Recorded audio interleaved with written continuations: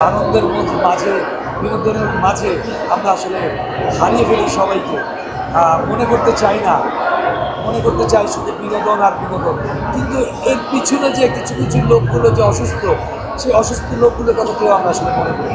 প্রতিটি অ্যাওয়ার্ড অনুষ্ঠানে আসলে শূন্য, আর বিশেষ করে সাংবাদিকদের যে এই যে আয়োজন সিজিএফবি, আসলে সত্যি বলতে আমি আমার জানা ছিল না।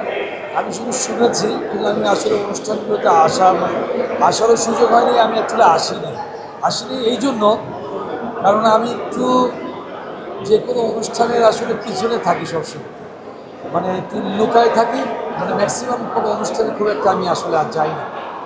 সেই মানে ফ্রম দ্য বিগিনিং থেকে, আমার শুরু থেকে এই পর্যন্ত যতগুলো অ্যাওয়ার্ড নিয়েছে আমার অন্য কেউ নিয়ে গিয়েছে এবং আমার যাওয়া হয়নি। এবং মেরিল প্রথম আলো থেকে শুরু করে যতগুলো বাংলাদেশে যত পুরস্কার, বহু পুরস্কার পেয়েছি, আমাকে সবাই ভালোবেসে আসলে দিয়েছে। এটি আমি সবাইকে ধন্যবাদ জানাই যে আমার মতো আসলে খুবই সাধারণ, আমি নিজেকে অনেক বড় কোনো আর্টিস্ট কখনোই মনে করিনি। সবসময় নিজেকে সেই ছোট ছিলাম, এখনও সেই ছোট আছি। মানুষের ভালোবাসা পেয়ে একটি জায়গায় গিয়েছিলাম, সেই জন্য মনে হয় অনেক মানে জ্ঞানী গুণী বলেন, ডিরেক্টর বলেন, প্রডিউসার বলেন, বিভিন্ন বড় বড় ঘরের থেকে আমাকে আমন্ত্রণ জানিয়েছে। বহুত বড় বড় ডিরেক্টররা তৎকালীন সময় আমাকে দিয়ে অনেক ছবি বানিয়েছে, একটির পর একটি। সেটা অনেক, সেই শতের উপরে অনেক ছবি, সেটি আপনাদের সবার ভালোবাসায় সেই শাকিল খান নামটি আজও অনেকের মাঝে ছোট করে হলেও হয়তোবা মনে আছে, হয়তোবা কারো মাঝে নেই। বিশেষ করে আমি বলবো যে ইয়াং প্রজন্মের কাছে হয়তো অনেকের কাছে আমার এই নামটি হয়তোবা মানুষ হয়তো কম চিনে বা কম জানে। তারপরও সবার ভালোবাসা নিয়ে এখনো পর্যন্ত আমি বেঁচে আছি, ভালো আছি। দীর্ঘ সময়ের একটা কেরিয়ার আপনার। জি, এক সময় প্রচুর হিট সিনেমা আপনার কাছে আমরা পেয়েছি।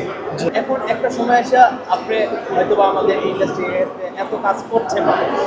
অ্যাকচুয়ালি আমি চলে গিয়েছিলাম একটি কারণে, সেটি হলো গিয়ে আমার পরিবার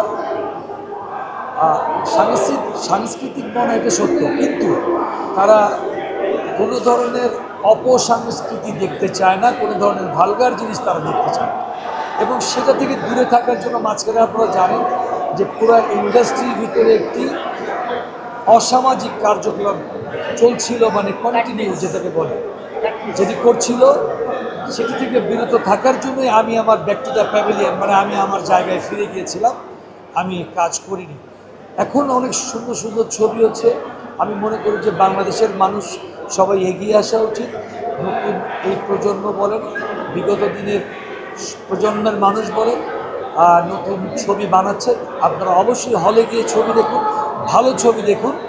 আর হলের সংখ্যা কমে গিয়েছে। আমি মনে করি যে সরকারি আসুক না কেন, প্রত্যেকটা সরকারের এবং প্রত্যেকটা যারা এই হলগুলো বন্ধ করে দিয়েছে, আমি বলবো তাদেরকে বলবো যেন তারা যেখানে কমিউনিটি সেন্টার করেছে, কেউ মার্কেট করে তুলেছে, ওখানে যেন ছোট্ট একটি থিয়েটার যেন গড়ে তুলবে, যেন গ্রামের গঞ্জের মানুষটা সেই থিয়েটার যেন এই বড় পর্দার ছবিগুলো যেন দেখতে পারে। রাজ্জাক ভাইয়ের মৃত্যুবার্ষিকী কিছুদিন পরে, সেই সময়কার যদি কিছু একটা স্মৃতি যদি আমাদের দেশে যদি একটু বলেন।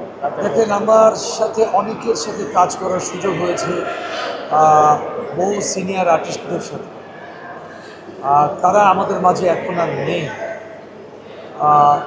আর প্রয়াত রাজ্জাক ভাই, আসলে ওনার কথা বললেই আসলে কেন যদি আমি ওনার মন্তব্য করি, আমার কাছে মনে হয় ছোটো হয়ে যায়। কারণ উনি বাংলাদেশের এত বড় একজন গুণী আর্টিস্ট, যে ডিরেক্টর, মানে যারা যারা ছিল অনেকেই চলে গেছে। আপনারা জানেন যে বর্তমানে আমাদের ইলিয়াস কাঞ্চন সাহেব, উনি ব্রেন টিউমার মানে রোগে আক্রান্ত। আমি মনে করি যে সারা দেশবাসীর জন্য ওনার জন্য দোয়া করেন, উনি যেন তাদের সুস্থ হয়ে উঠেন, আমাদের মাঝে যেন ফিরে আসেন। আসলে এটা আমাদের উচিত, প্রত্যেকের উচিত। এটা আমরা কেউ বলি না, আসলে আনন্দের মাঝে বিনোদনের মাঝে আমরা আসলে হারিয়ে ফেলি সবাইকে। মনে করতে চাই না, মনে করতে চাই শুধু বিনোদন আর বিনোদন, কিন্তু এর পিছনে যে কিছু কিছু লোকগুলো যে অসুস্থ, সেই অসুস্থ লোকগুলোর কথা কেউ আমরা আসলে মনে করি না। তাদের কথা মনে করতে হবে এবং তাদের জন্য দোয়া করতে হবে, তারা যেন ভালো থাকে, সুস্থ থাকে, সুস্থ থাকে। সবাইকে ধন্যবাদ, ভালো থাকবে।